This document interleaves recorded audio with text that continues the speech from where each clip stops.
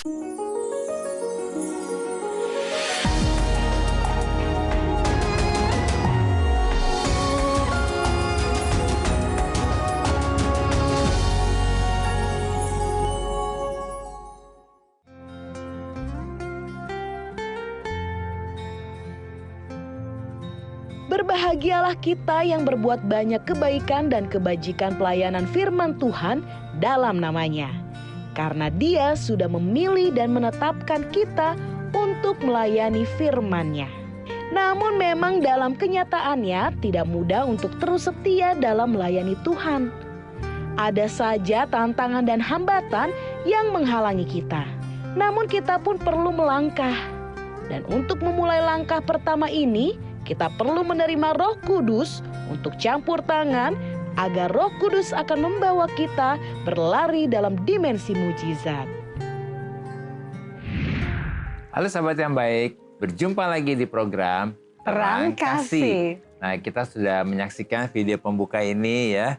Bagaimana pentingnya untuk kita mengerti bahwa kalau kita menjadi orang yang baik, penuh roh dan iman itu kita hidupnya akan berbeda ya. Amin, dan bahagia ya tentunya.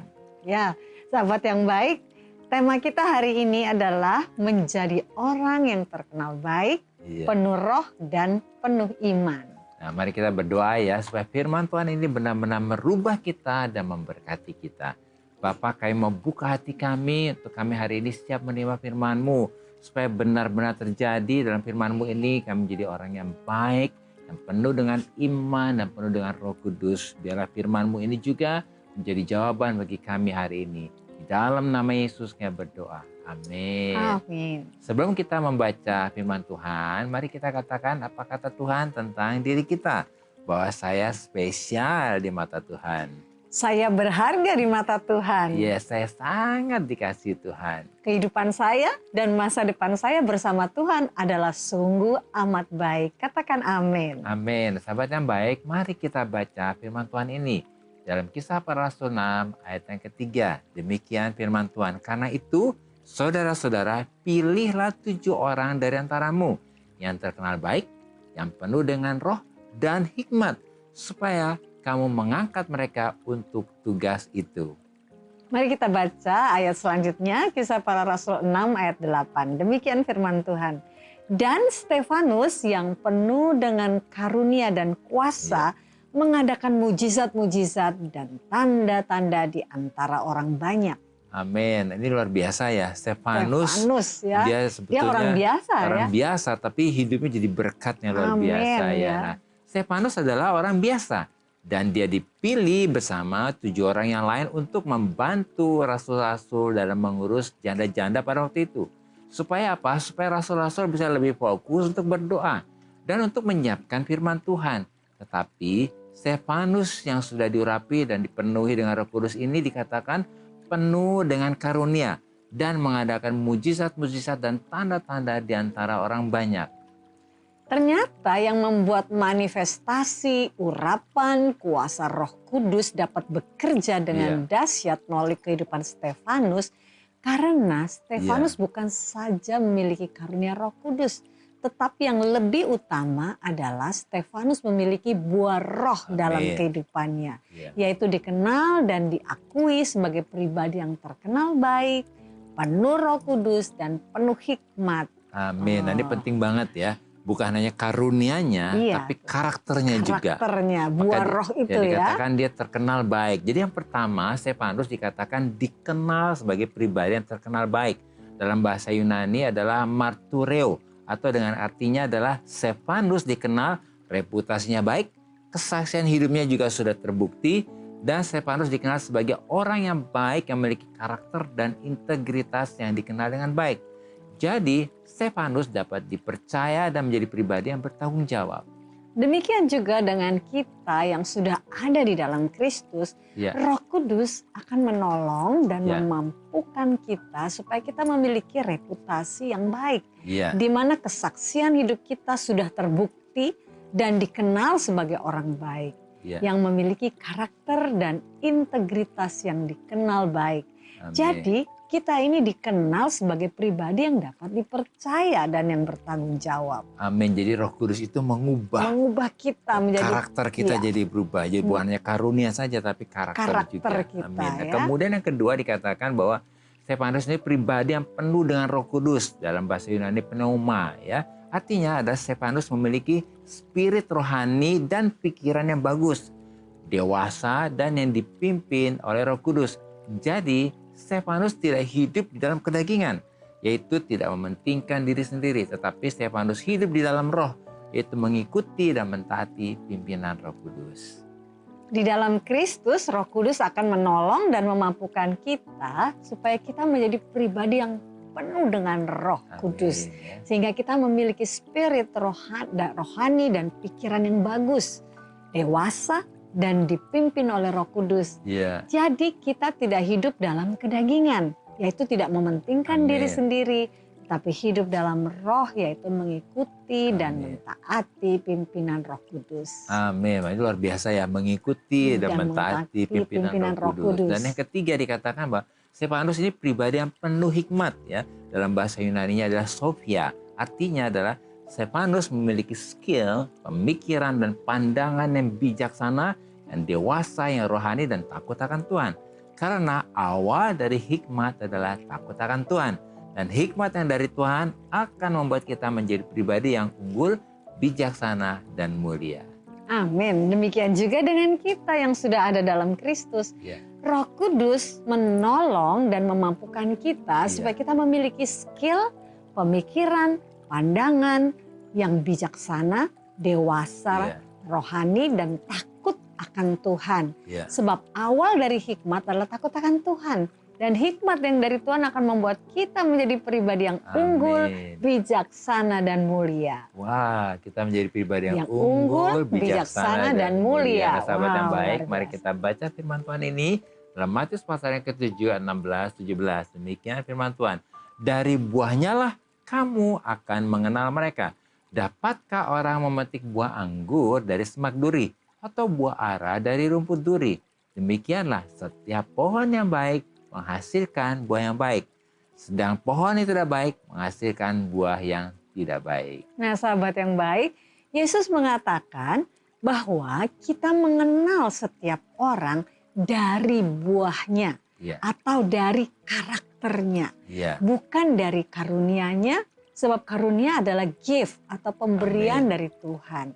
Sedangkan buah adalah hasil dari keintiman kita dan hasil dari proses perjalanan hidup kita bersama dengan Tuhan. Amin. Penting banget ya mengenal orang dari buahnya. Ya. Karena tidak mungkin pohon yang baik itu menghasilkan buah yang tidak baik. Atau pohon yang tidak baik itu menghasilkan buah yang baik. Oleh karena itu, Yesus mengingatkan kita semua ini bahwa setiap pohon yang tidak menghasilkan buah yang baik pasti ditebang dan dibuang ke dalam api. Jadi marilah kita berbuah, ya. Dari buahnya lah kita akan mengenal setiap orang itu baik atau tidak. Melalui renungan ini kita dapat menyimpulkan bahwa Roh Kudus bukan hanya memberikan kepada kita karunia Roh Kudus. Iya, tetapi Roh Kudus juga yang paling utama adalah merubah kita menjadi pribadi yang terkenal baik, penuh roh dan penuh iman. Amin. Nah, sahabat yang baik, jika ada dari kalian yang memiliki beban permasalahan, tekanan hidup, minta didoakan, atau ingin bersaksi seputar kehidupan rohani, silahkan DM, komen, atau kirim video ke Instagram @terangkasih_rtv. Jangan kemana-mana, pastikan tetap ada di Terang Kasih.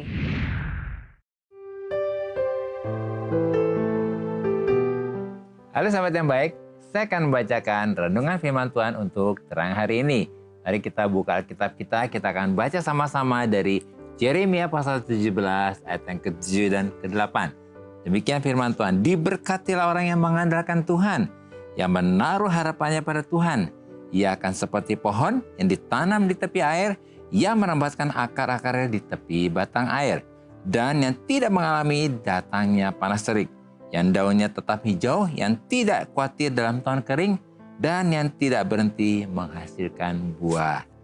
Sahabat yang baik, Tuhan berjanji bahwa kita akan berbuah di segala musim. Jadi di musim hujan atau di musim panas, kita akan berbuah. Bahkan di tanah yang kering sekalipun kita tetap berbuah. Artinya di masa yang sulit sekalipun kita tetap akan berbuah. Jadi kita berbuah tidak tergantung dengan musim yang ada atau tidak tergantung dengan situasi yang ada di luar kita. Artinya kita berbuah bukan ditentukan oleh apa yang ada di luar kita, tetapi ditentukan oleh apa yang ada di dalam kita, yaitu pada emosi kita dan pikiran kita.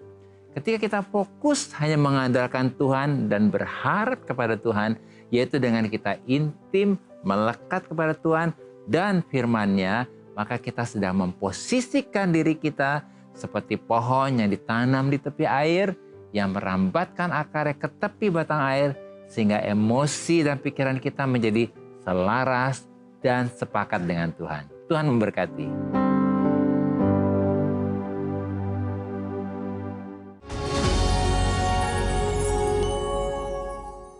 Halo sahabat yang baik, berjumpa kembali dalam acara Terang Kasih dengan tema menjadi orang yang terkenal baik, penuh roh dan penuh dengan iman ya. Nah, ini ada beberapa DM yang masuk, kita akan baca salah satunya dari @abaran 10 PM. Malam Pak Agus dan Bu Mala, malam juga Abaran ya.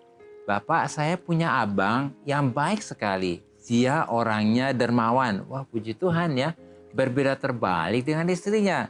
Dia baik ke anak-anak dan saudaranya dari istrinya. Giliran ke kami, saudara dari bapak, istrinya melihat kami seakan-akan datang pasti mau minta uang. Kadang abang bapak saya akhirnya suka diam-diam kasih uang ke kami. Saya kadang jadi nggak enak. Saya melihatnya suami istri jadi tidak terbuka. Sikap seperti itu sebenarnya baik atau tidak ya Pak Bu? Ya memang akan lebih bijaksana kalau memberi itu semua terbuka ya. Iya. Karena memberi itu hasil kesepakatan antara suami dan istri seperti itu ya. Nah, emang yang kalau dilihat dari sini sepertinya ada masalah nih di dalam hubungan pernikahan mereka ya, sehingga pada waktu memberi kepada keluarga jadi nggak terbuka seperti itu ya. Nah, silakan saya. Padahal Tuhan sebetulnya kan ingin supaya kita, apalagi kita sebagai suami istri, tadi dikatakan biarlah dari buahnya. Betapa indahnya kalau kita suami istri, kita menghasilkan buah yang indah di hadapan Tuhan, buah yang baik seperti tadi dikatakan bahwa dari buahnya lah kita mengenal mereka. Tapi satu hal tadi dikatakan ini kan sikap seperti itu sebenarnya baik atau tidak Pak gitu ya. Nah dalam hal ini tadi sudah dikatakan alangkah jauh lebih dan sangat baik, dan sesungguhnya memang inilah yang terbaik adalah ketika suami dan istri terbuka satu sama lain untuk melakukan kebaikan. Karena ini pasti satu saat akan akan meledak ini. Situasi ini akan menjadi konflik dan akan tidak baik kalau jadi konflik keluarga nih, satu keluarga istri atau keluarga dari si abang itu sendiri. Jadi mungkin sebagai adik ya kan terima kebaikan dari abang, bisa doakan abang dan kasih tahu juga sama abang, Bapak, kepada omnya, kali kepada om. ini ya tadi pamannya ya kepada kepada keluarganya ini supaya bisa rukun dengan istrinya, sepakat ya gitu ya. Kita percaya bahwa ketika kita, jadi ini sebetulnya paman ya, bapak saya punya abang ya, paman ya. Tadi dikatakan bahwa sikap seperti ini sebenarnya baik atau tidak Pak. Nah yang baik menurut kamu, yang terbaik adalah ketika suami istri memang terbuka satu sama lain. Sehingga buahnya yang dihasilkan dari suami istri itu adalah buah yang baik yang dinikmati oleh saudara-saudara sekitarnya ya. Jadi berkat ya. Jadi berkat ya. Kita doakan aja ya untuk pamannya nih, omnya ini ya, supaya tindakan-tindakannya ini juga bisa bersama-sama dengan istrinya ya. Mungkin bisa juga kasih usul dan dengan baik-baik bicara dengan paman. Dari hati ke hati ya. Dari hati ke hati, apakah paman bisa bicara dulu dalam kesatian untuk melakukan kebaikan ini ya, Abaran ya. Kita doakan ya untuk paman atau om dari saudara kita Abaran ya. Dan mungkin sahabat yang baik punya situasi seperti ini, ada situasi keluarga yang seperti ini, yuk kita doakan. Karena apapun ya, jangan sampai membuat orang lain jadi konflik ya dalam keluarga. Kita berdoa ya, Bapak kami berdoa untuk paman atau om dari saudara kami Abaran yang hari ini Tuhan sedang menghadapi situasi seringkali tidak sehati dengan istrinya dalam masalah memberi dengan keluarganya. Saya berdoa biarlah hari ini ada keterbukaan, ada pemulihan, ada kesepakatan dalam mereka. Dan pakai saudara Abaran untuk menjadi berkat, untuk bisa membawa omnya atau pamannya ini terbuka dengan istrinya. Dan melalui doa-doanya dan mungkin juga melalui hal-hal yang bisa mengingatkan juga. Ya berdoa untuk sahabat yang baik dalam pergumulan yang sama. Biarlah hari ini Tuhan menjamah dan Tuhan merubah hatinya dan terjadi kerukunan dan pemulihan juga dalam keluarga. Dalam nama Yesus. Amin. Amin. Ya. Nah ini ada lagi nih dari @alvin.bamantara. Ya. Pak dan Bu, saya mau tanya ya. Saya memiliki teman suka berbagi. Ya. Bahkan dia ada satu hari di mana dia nanti akan masak dan bagi-bagi ke orang yang membutuhkan. Ya. Tapi dia memberinya dijadikan konten di media sosial. Ya. Kalau seperti itu tindakan baik atau malah pamer ya? Bukannya Tuhan bilang kalau memberi dengan tangan kanan, tangan kiri tidak boleh tahu. Ya. Mohon petunjuknya. Nah, Iya. Kamu jawab. kita panggilnya Alvin ya. Ya. Alvin, ini dikatakan bahwa temannya sedang berbagi gitu dan diambil satu hari di mana dia masak dan membagi-bagikannya kepada orang yang membutuhkan begitu. Dan ada konten di media sosial. Nah ini pamer atau tindakan yang baik atau malah pamer gitu ya. Nah Alvin, saudara Alvin, kita ini tidak tahu nih motivasi dari temannya ya. Apakah dia memang hanya karena ingin untuk medsosnya atau untuk pamer gitu ya. Memang kita tidak tahu kedalaman hatinya, tetapi yang penting adalah motivasi dari orang itu. Iya. Jadi kita juga nggak bisa menghakimi ya, kita katakan wah dia pamer nih atau dia gimana. Ukurannya kan kita nggak bisa mengukur gitu hati orang kan tidak ada yang tahu ya, siapa yang tahu. Tapi kalau teman ini mempunyai motivasi yang benar, yang bukan pamer, tentunya itu tidak akan menjadi masalah gitu. Dan itu adalah urusan dia dengan Tuhannya. Jadi hari ini biarlah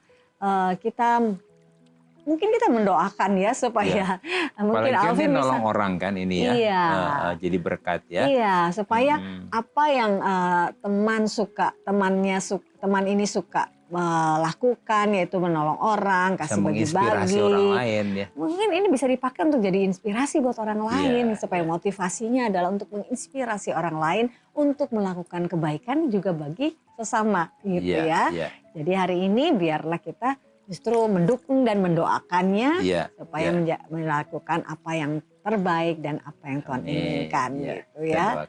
Ya kita mau doakan ya. Kita percaya bahwa setiap kita, bahwa anak-anak Tuhan, kita pasti punya hati yang untuk berbagi kepada orang lain. Jadi kita berdoa ya. Mari kita sama-sama berdoa. Bapa Surgawi, terima kasih kalau saudara kami Alvin yang Kau kasih sudah mengutarakan apa yang dia alami.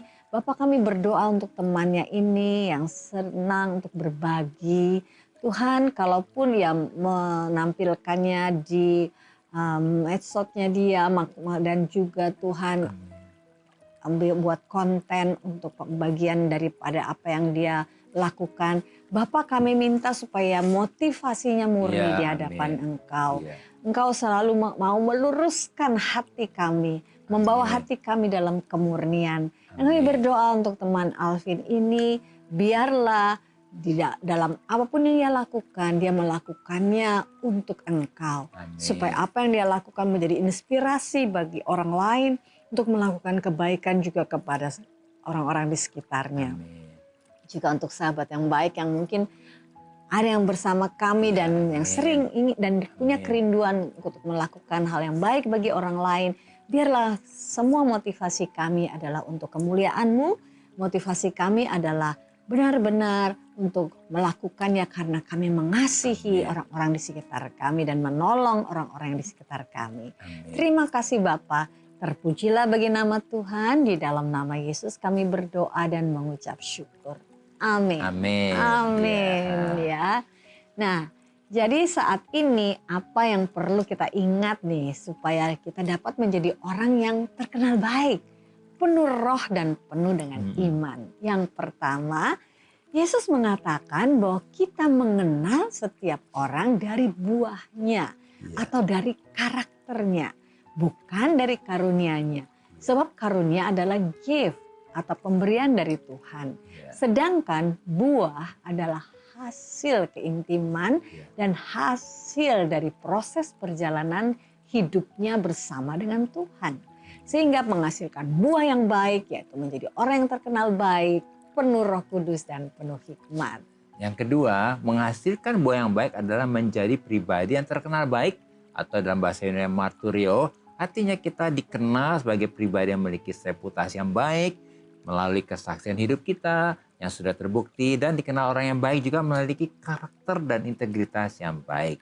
Jadi dapat dipercaya dan bertanggung jawab. Amin.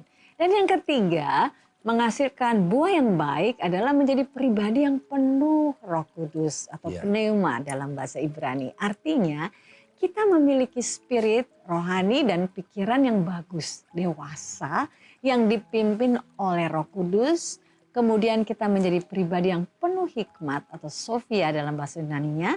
Artinya kita memiliki skill, pemikiran, dan pandangan yang bijaksana, dewasa rohani, dan takut akan Tuhan.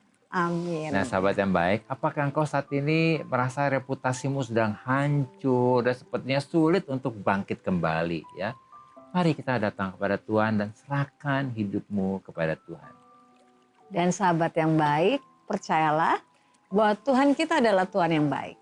Tuhan yang memulihkan dan Tuhan yang mengembalikan semua reputasi yang buruk dan hancur. Mari datang kepada Tuhan dengan rendah hati, mengakui kesalahan, pelanggaran, dan dosa kita, lalu buka hatimu, terima Yesus sebagai Tuhan dan Juru Selamatmu. Amin. Biar belas kasih anu Bapa penuhi hati kami, curahkan kuasa Roh Kudus, api kemuliaan-Mu membakar hati yang rindu untuk melayani-Mu sampai seluruh negeri ini, sampai seluruh bumi ini dipenuhi api kemuliaan-Mu. Bapa, kami sangat bersyukur karena oleh anugerah Tuhan di dalam Kristus, kami sudah dipenuhi dengan Roh Kudus. Oleh anugerah Tuhan, Roh Kuduslah yang menolong dan memampukan kami untuk kami dapat menjadi pribadi yang memanifestasikan buah roh. Sehingga kami memiliki karakter Kristus yang dikenal baik, yang penuh dengan Roh Kudus, penuh hikmat, dan kami menjadi pribadi yang dapat memanifestasikan karunia Roh Kudus dan mengadakan mujizat-mujizat dan tanda-tanda di antara orang banyak, sehingga kehidupan kami memuliakan Tuhan. Dalam nama Yesus, amin. Terima kasih sahabat yang baik sudah setia menyaksikan program Terang Kasih. Sahabat yang baik, jika ada dari saudara yang memiliki beban permasalahan, tekanan hidup, minta didoakan, atau ingin bersaksi seputar kehidupan rohani, silakan DM, komen, atau kirim video ke Instagram @terangkasih RTV. Sampai jumpa kembali di episode selanjutnya. Tuhan memberkati. Biar belas kasihan-Mu Bapa penuhi hati kami, curahkan kuasa Roh Kudus, api kemuliaan-Mu membakar hati yang rindu untuk melayani-Mu sampai seluruh negeri ini, sampai seluruh bumi ini dipenuhi api